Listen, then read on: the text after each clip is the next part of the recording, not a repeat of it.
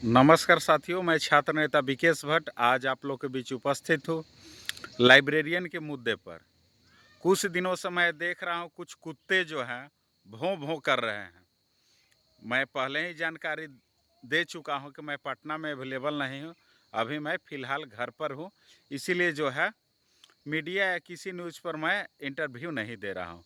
तो कुछ कुत्ते जो है बार बार भौं भौं कर रहे हैं, तो उन कुत्तों को मैं बोलना चाहता हूँ, तुम्हारा भो भो करने से विकेश भट्ट डरने वाला नहीं है। हमने लगातार कई आंदोलनों को सफल बनाने का काम किया है, और तुम्हारे जैसा हम नहीं है कि 6 महीना पर नींद टूटता है वो आंदोलन करते हैं। 6 सालों से कोई लोग आंदोलन कर रहा है लेकिन एक मुद्दा को सफल नहीं बना पाया है, और मैं 6 सालों में 7-8 मुद्दा को सफल बनाने का काम किया हूँ। मैंने साफ सुथरे तरीके से छात्रों को बताया था कि हमें जो आश्वासन दिया गया है, जो जनवरी में आंदोलन किया जा रहा है, उस आंदोलन में वही आश्वासन दिया जाएगा और सेम चीज़ वही हुआ। मेरा काम ये नहीं कि छात्रों को भटकाना, मैं छात्रों को सही रास्ते पर हमेशा चलने की सलाह देता हूँ। जितने भी आंदोलन मेरे द्वारा किए गए हैं, सभी आंदोलन जो है लोकतांत्रिक तरीके से जो है किए गए हैं।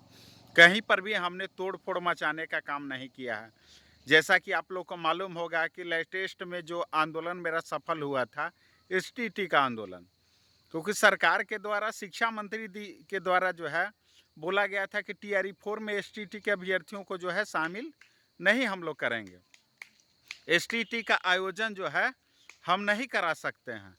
तो हमने लगातार जो है सरकार को चुनौती दिया और लगातार हम सड़क पर उतरे, और यही नतीजा रहा, आंदोलन का परिणाम निकला कि सरकार को झुकना पड़ा, और अंततः सरकार ने और आयोग ने फाइनली जो है डिसीजन लिया कि एसटीटी का पात्रता परीक्षा जो है जल्द से जल्द आयोजित कराया जाएगा।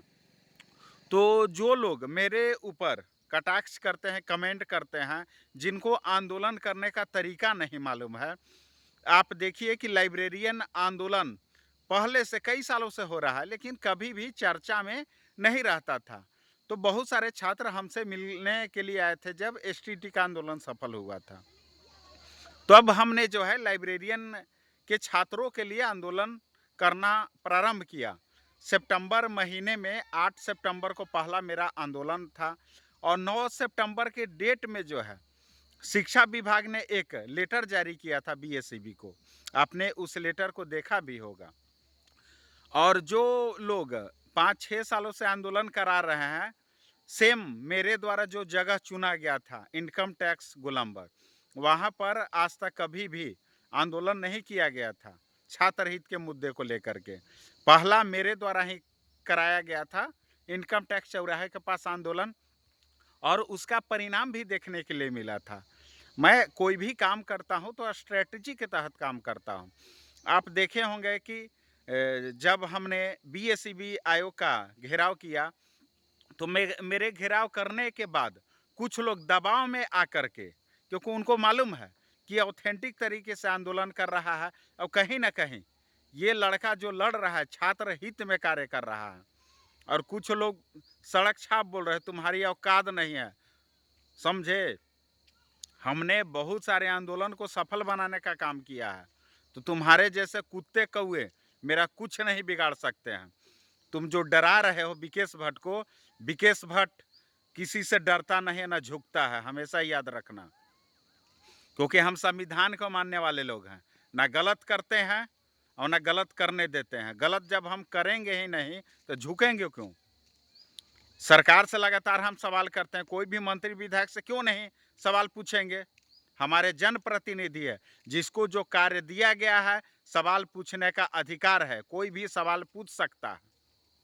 और तुम डराने धमकाने का काम कर रहे हो, अलग अलग तरीके से बयान दे रहे हो। तो हम डरने वाले नहीं हैं तुम्हारे जैसे कुत्ते कौए से। हम छात्रों को आश्वस्त करना चाहते हैं कि आप कुछ देर यानी कि उस समय के लिए धैर्य रखिए। आपका हो सकता है कि जो शिक्षा विभाग के द्वारा या बीएसईबी के सचिव या एग्ज़ाम कंट्रोलर के द्वारा जो बोला गया था, हो सकता है कि 10 से 15 फरवरी तक जो है लेट का नोटिफिकेशन जारी हो सकता है।